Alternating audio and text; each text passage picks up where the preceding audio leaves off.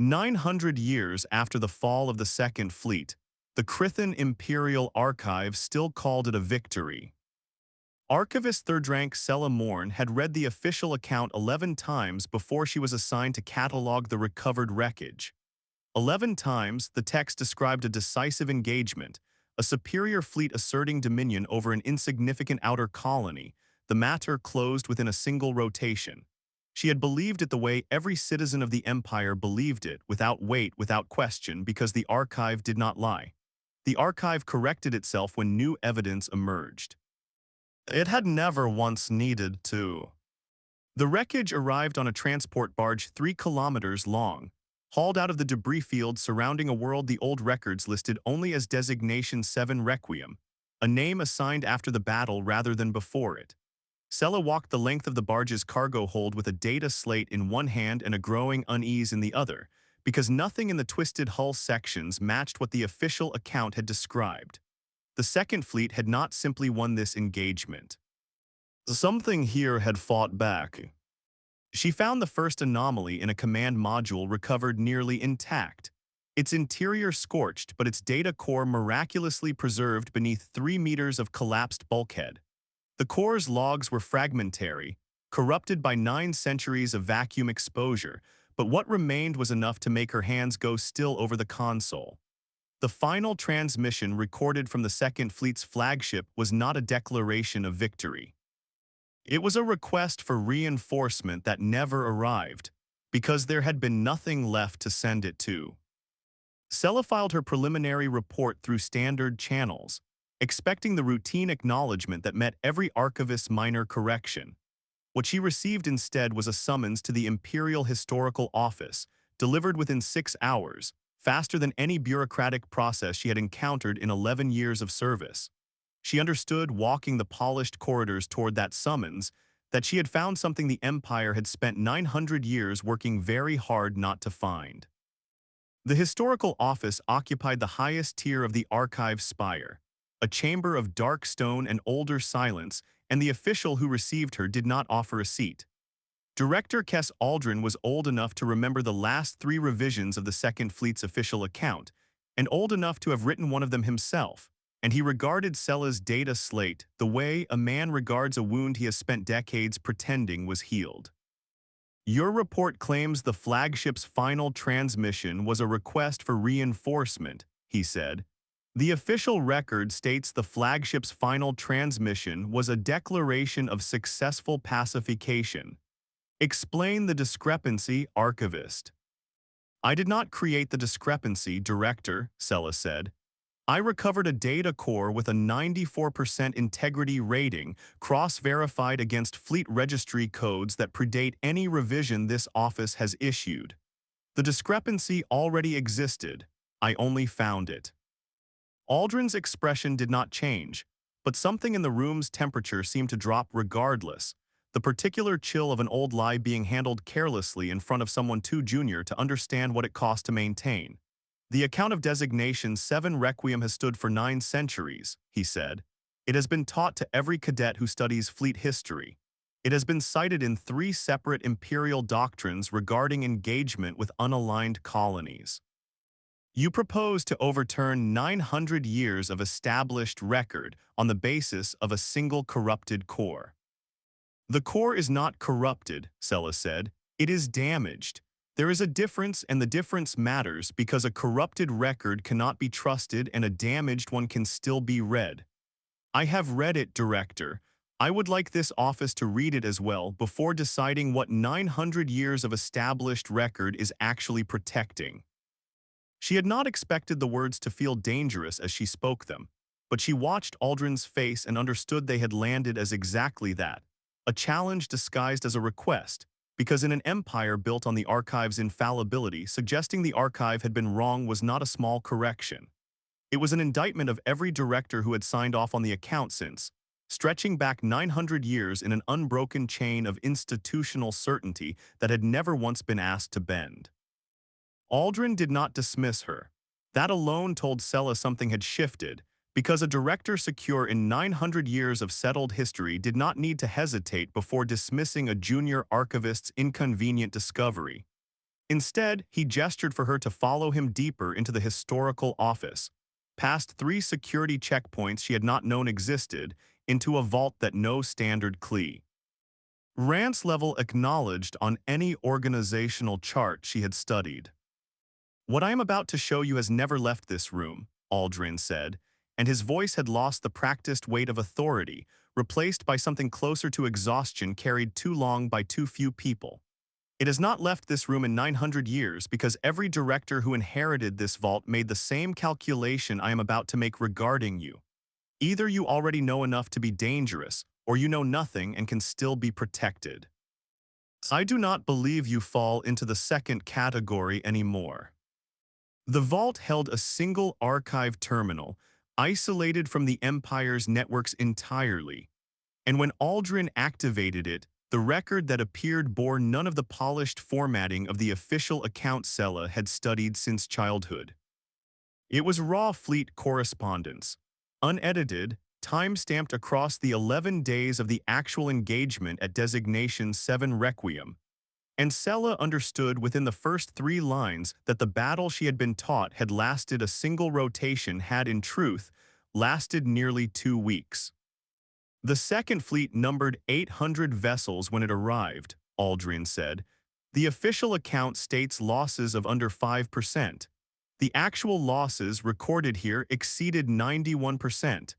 Designation 7 Requiem was not an insignificant outer colony archivist.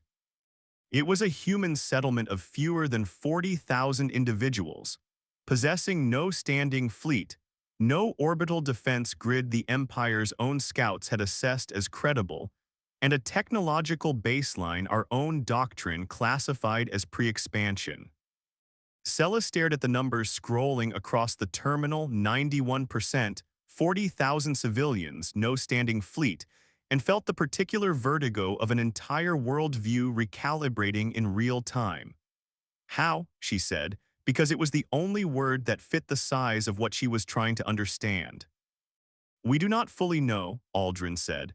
"That is the truth this vault has protected for 900 years, not a victory disguised as something smaller, but a defeat this empire has never been able to explain, delivered by a species we outnumbered 20 to 1 in every measurable category of military strength. The official record was not written to inflate a small win into a larger one. It was written because the truth was unbearable, and because an empire built on the certainty of its own superiority could not survive 900 years believing otherwise." Sella spent the following weeks with clearance she had never held, reading correspondence that rewrote 9 centuries of assumed history one document at a time. And the deeper she went, the less the human defenders of Designation 7 Requiem resembled the primitive colonists the official account had always implied. The fleet correspondence described something closer to desperation given structure. A settlement that had known annihilation was likely and had prepared for it anyway, not with superior technology, but with a defensive philosophy the Empire's own tacticians had never encountered and never fully reconstructed.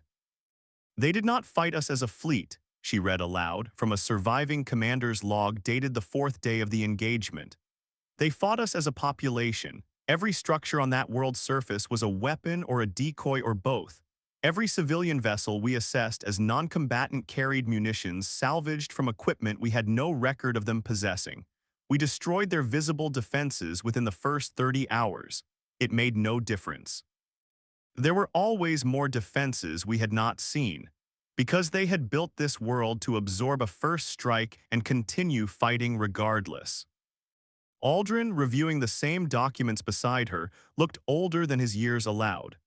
"Our doctrine assumed a colony without standing fleet defenses was a colony without meaningful resistance capacity," he said. "Designation 7 Requiem disproved that assumption completely, and it did so at a cost that should have forced this empire to revise every subsequent engagement strategy involving unaligned human territory. Instead, the empire buried the lesson rather than learn it, because learning it required admitting the lesson existed." "What happened to the survivors?" Sella asked. Because the fleet correspondence described weeks of continued resistance but never described an ending. And she understood, asking the question, that she was asking Aldrin to confirm something he had clearly hoped she would not think to ask. Aldrin activated the vault's final sealed file. One Sella had not yet been shown, and the record that appeared was not military correspondence. It was a casualty assessment, dated 3 weeks after the engagement's official conclusion, and it stated in language so clinical it took Sella a moment to understand its meaning that the Second Fleet had not achieved pacification of Designation 7 Requiem. It had achieved withdrawal under negotia. TED terms because continuing the engagement risked losing what remained of the fleet entirely, and the terms of that withdrawal had never been made public in any form. Negotiated terms, Sella repeated, because the phrase did not fit anything she had been taught about how the Empire engaged unaligned worlds. The Empire did not negotiate with populations it classified as pre-expansion. The Empire pacified, absorbed, or withdrew entirely from territories deemed not worth the cost, and none of those categories accounted for a negotiated settlement with a colony of 40,000 civilians against a fleet of 800 Imperial vessels. The terms are recorded here, Aldrin said, and his voice had gone very quiet, the particular quiet of a man reading something he had read many times before and never stopped finding difficult. Designation 7 Requiem would not be occupied.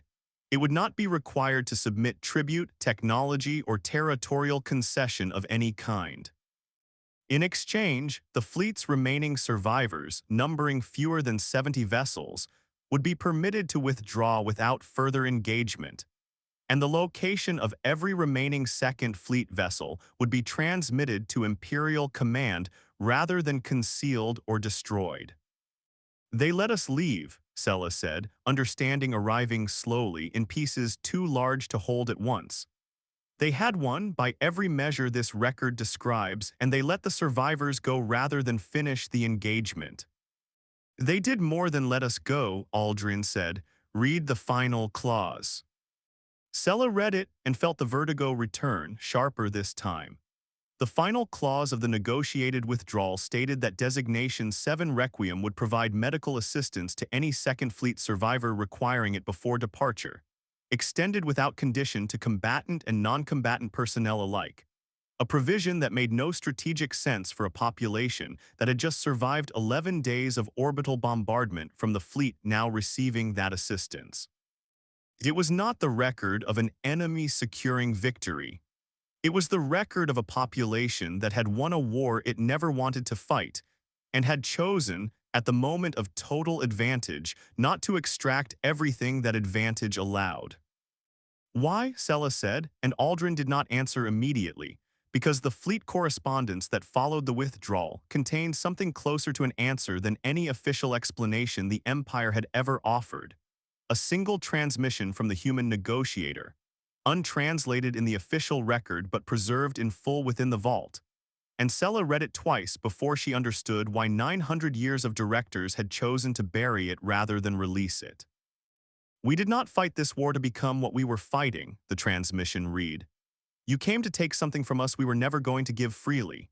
We stopped you at a cost we will carry for generations, and we are choosing to end this the way we began it, defending what is ours rather than becoming what threatened it.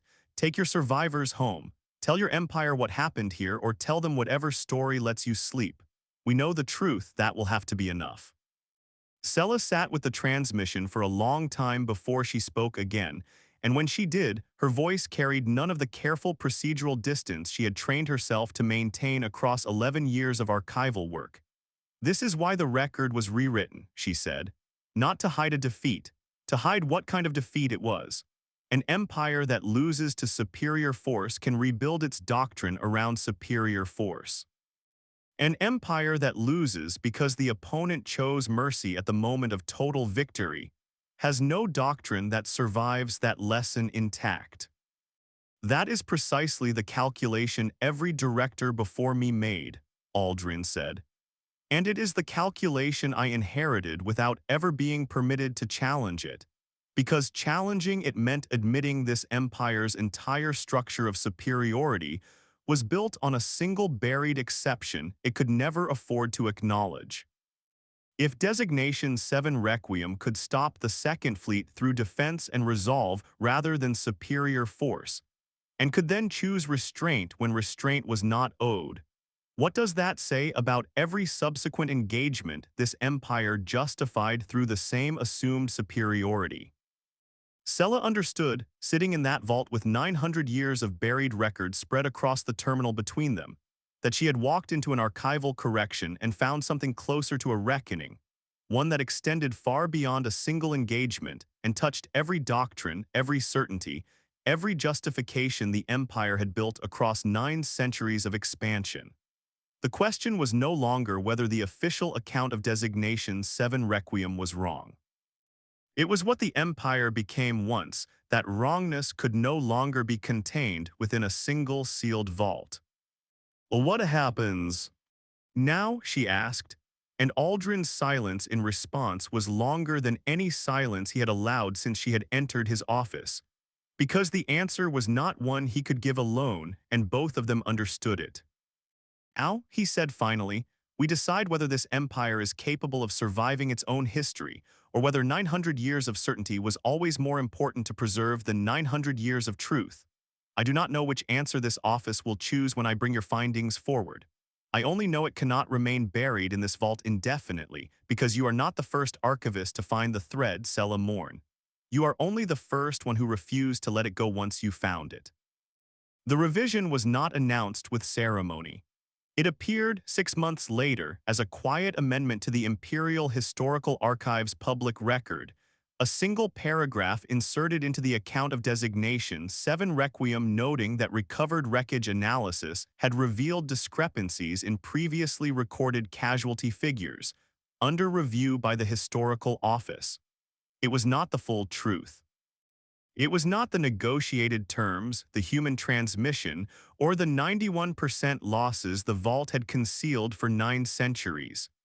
It was a crack, deliberately small, in a wall that had stood unquestioned since before either Sella or Aldrin had been born. Sella understood, reading the published amendment in her own quarters months after the vault's contents had first unmade everything she believed about the Empire's history, that this was not victory in any form the old fleet correspondents would have recognized. It was not restitution for 40,000 civilians who had defended a world with no standing fleet, and it was not acknowledgement of the mercy that transmission had offered at the moment it was least owed.